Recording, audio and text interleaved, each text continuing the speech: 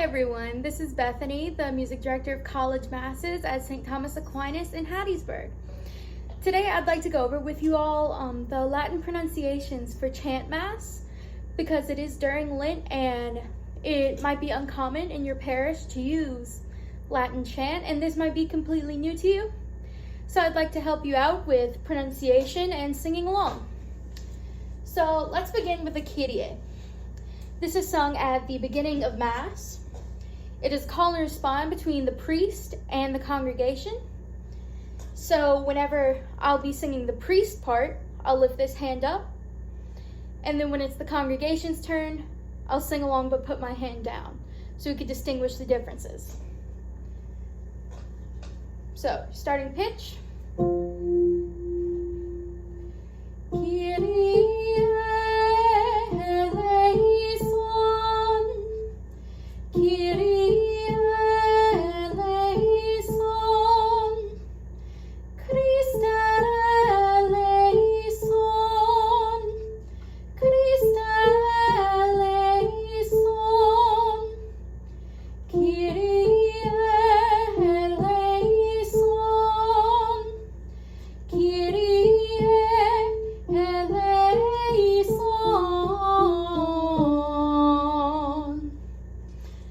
That's just your first run through. Let's go over pronunciations.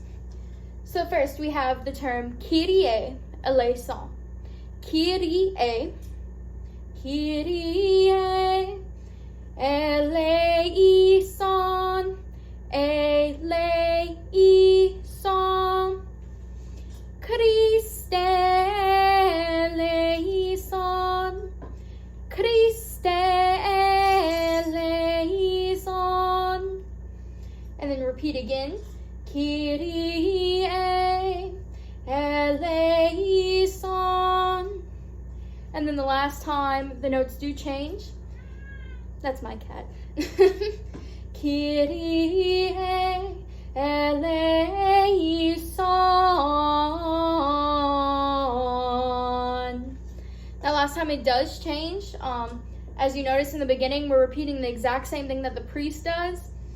The absolute last time, we go down instead, and we have that nice little flourish there. So that's the Kyrie eleison. Next, we'll move on to the Sanctus, otherwise known as the Holy. Sanctus, Sanctus,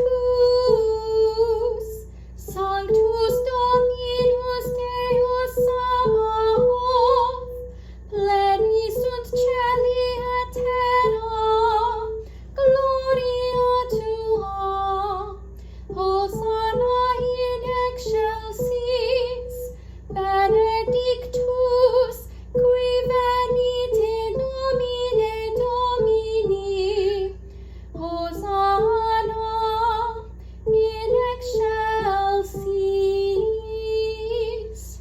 Alright, sorry. Let's go over pronunciations. So the first thing is going to be 3 repetitions of Sanctus. Sanctus. And after the third time, Dominus Deus Sabaoth. It does seem in the English language that I'd be saying Sabaoth, Sabaoth, Sabaoth. Then you move on to pleni sunt cae, C-O-E goes cae in Latin, et terra. Pleni sunt caeli et terra. And the next one's easy. Gloria tua. Gloria tua. Then a common phrase that most Catholics know, Hosanna in excelsis. Hosanna in excelsis. If it helps you remember, in eggshell, cease. Hosanna in excelsis. The next is benedictus. Benedictus. Benedictus. qui venit in, qui venit in. And then this is where it might get a little tricky. No, mi, ne, do, mi, ni. No, mi, ne, do, mi, ni. No, mi, ne, do, mi, ni. And then we repeat Hosanna in excelsis. Hosanna in excelsis. Great. So next is the Consecrationem, otherwise known as the mystery of faith. So the priest, depending on if they're singing in Latin or English, they'll either say the mystery of faith, or if they're feeling, sassy and want to do it in Latin, Mysterium Fidei. And then the congregation comes in. Mortem tuam annuntiamus Domine, et tuam resurrectionem confitemur, donec venias. So let's break that down. Your first line is going to be mortem tuam annuntiamus Domine. We're bringing back the Domine. So, mortem tuam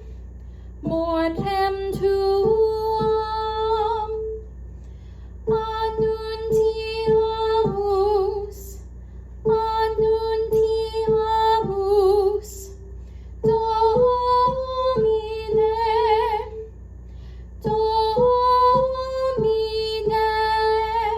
That short E sound. Et tuam. The T is very important here. Et tuam. Et tuam. Resurrectionem confitemur. It's going to have a different sound. Resurrectionem confite. You can see the little accent aigu on the E. Temur. Accent aigu is French. Might be different in Latin. What do you call it? Resurrectionem confitemur. You want to say mur. It's not mur. It's mur. Confitemur. Ugly sound. It's Latin. And then your final line is going to be do neck, venias. Venias. Donec venias. Donec venias. Great. The Amen. I trust that you all know this, but we'll go over it anyway. Amen. Amen.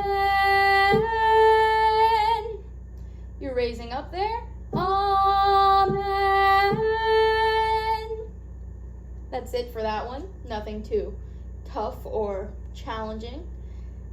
And the last is the Agnus Dei, Lamb of God. This one is nice because it repeats 3 times around. The words only change the last time around. And it's easy to catch on to. It's nice. Agnus Dei, qui tollis peccata mundi, miserere nobis. Then repeat that same one again. Agnus Dei, qui tollis peccata mundi, miserere nobis. And then this is the time that it's going to change.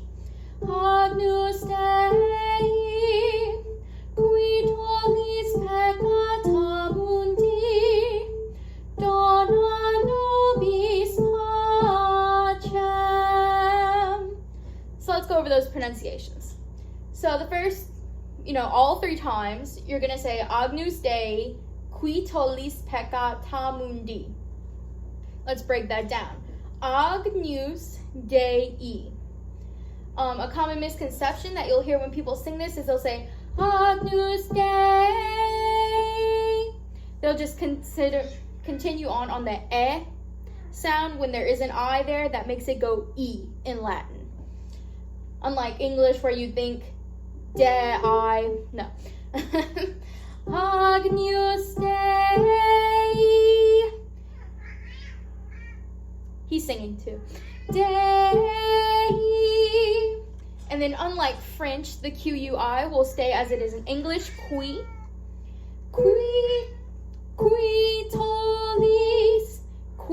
tollis, peccata mundi. Qui tollis peccata mundi. And then we sing it every week. Miserere nobis. Another common misconception here is that people want to say miserere. Miserere nobis. You're not saying re, you're saying re. Shut up. So it's miserere nobis. And then the final time around, you're going to say instead, dona nobis pacem. And you'll see that it's spelled out P-A-C-E-M. You're going to want to say pacem or pacem. In this case, it's going to be pacem. Pacem. Dona nobis pacem. Great. So that's all we have for the chant mass. There are other churches that utilize the Our Father sung together in Latin. We don't do that here. And there's also the Gloria in Latin.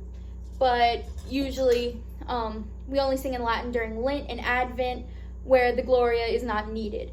Otherwise, we sing the Gloria of some other mass setting that's far more cheerful than, sitting there singing it in Latin. But I believe Latin is very beautiful to use during these sorrowful times of Lent and Advent when we're awaiting something. It's supposed to be a much more somber time, and that goes to show how much more appropriate the somber Latin chant mass is. Because most mass settings, as I'm sure you've all heard, are very cheerful and uplifting, which is great for ordinary time, Christmas, Easter. Not so much for Lent and Advent. So thank you all for tuning in, and I can't wait to hear y'all sing next week.